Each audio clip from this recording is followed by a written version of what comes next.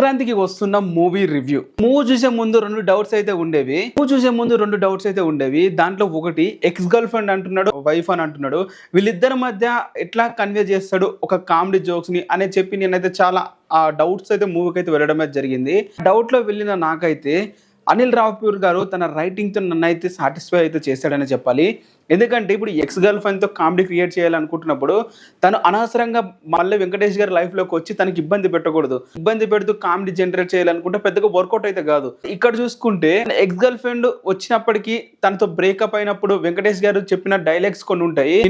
నువ్వు నాకు బ్రేకప్ చెప్పినా కూడా నిన్ను వదిలిపెట్టను, నువ్వు ఎప్పుడు వచ్చినా కానీ నీతో నేను ఉంటానని చెప్పి తనకు ఒక డైలాగ్ అయితే చెప్తాడు వెంకటేష్.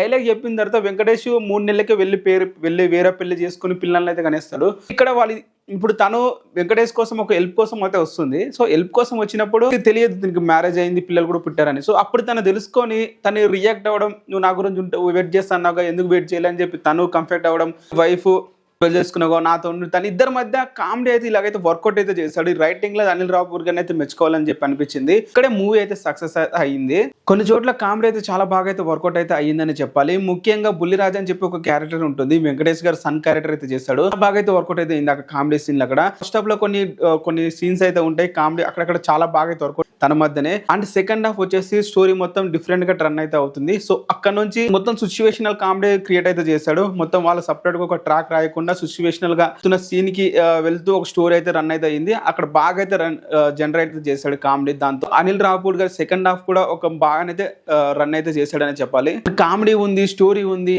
అండ్ దాంతో పాటు అండర్ లైన్ గా ఒక ఎమోషన్ కూడా ఉంటే బాగుంటుందని చెప్పి నేను అనుకున్నాను. అక్కడే తనైతే మెస్మరైజ్ అయితే చేశాడు అనిల్ రావిపూర్ గారు అని చెప్పాలి. అంటే అండర్ లైన్ గా ఒక చిన్న మెసేజ్ అయితే ఇచ్చాడు.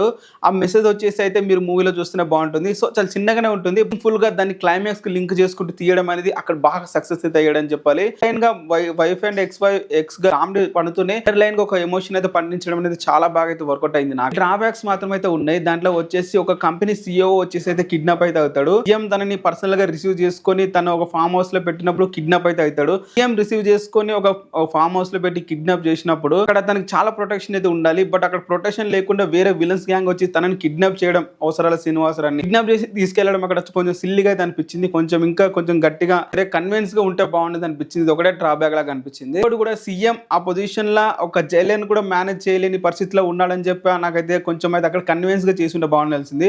ఆ జైలర్ కన్విన్స్ కాకపోయేసరికి వీళ్ళు రివర్స్ లా తన మీద కిడ్నాప్ చేయడం, కిడ్నాప్ ప్లాన్ వేయడం, తను తీసుకెళ్లి విలన్స్ అప్పగించడం, ఇలాంటి స్టోరీ లైన్ అంతా బాగానే తీసుకున్నాడు. ఇవి 2 డ్రాబ్యాక్స్ లాగా అనిపించాయి. మేనేజ్ చేస్తుంటే ఇంత స్టోరీ ఉండేది కాదు కదా. సో ఓవరాల్ గా మీనాక్షి అలాగే ఐశ్వర్య రాజేష్ గారి యాక్టింగ్ కూడా చాలా బాగా అయితే చేశారు. వాళ్ళిద్దరి మధ్య కామెడీ సీన్స్ కూడా చాలా బాగా అయితే వర్కౌట్ అయితే అయ్యాయి, చాలా బాగా అయితే వచ్చాయని చెప్పాలి. కూడా ఓవర్ ద బోర్డ్ పోకుండా ఇక్కడ కూడా క్రింజ్ లాంటి కామెడీ క్రియేట్ చేయకుండా సిచ్యువేషనల్ కామెడీతో వర్కౌట్ అయితే తీసుకుంటూ అయితే వెళ్ళాడు. సో ఈ సంక్రాంతికి మూవీ చూడాలనుకున్న వాళ్ళకైతే ఇది ఒక ఫస్ట్ ఆప్షన్ లాగా అయితే ఉంటుందని చెప్పి నా ఒపీనియన్. మూవీ బిగ్గెస్ట్ ఓపెనర్ అయితే అవ్వబోతుంది మన వెంకటేష్ గారికి, అండ్ దాంట్లో ఎటువంటి డౌట్ అయితే లేదు. ఫైనల్ మైండ్ సెట్ కూడా అనిల్ రావిపూర్ మూవీ చూసే ముందు అందరు సెట్ చేశాడు కాబట్టి అండ్ మూవీ కూడా అందరికి నచ్చుతుందని అంత ఒపీనియన్. సో ఇది గైస్, అండ్ మీకు ఎలా అనిపించింది కింద కామెంట్ అయితే చేయండి. అండ్ వీడియోని లైక్ చేసి ఛానల్ అయితే సబ్స్క్రైబ్ అయితే చేసుకోండి.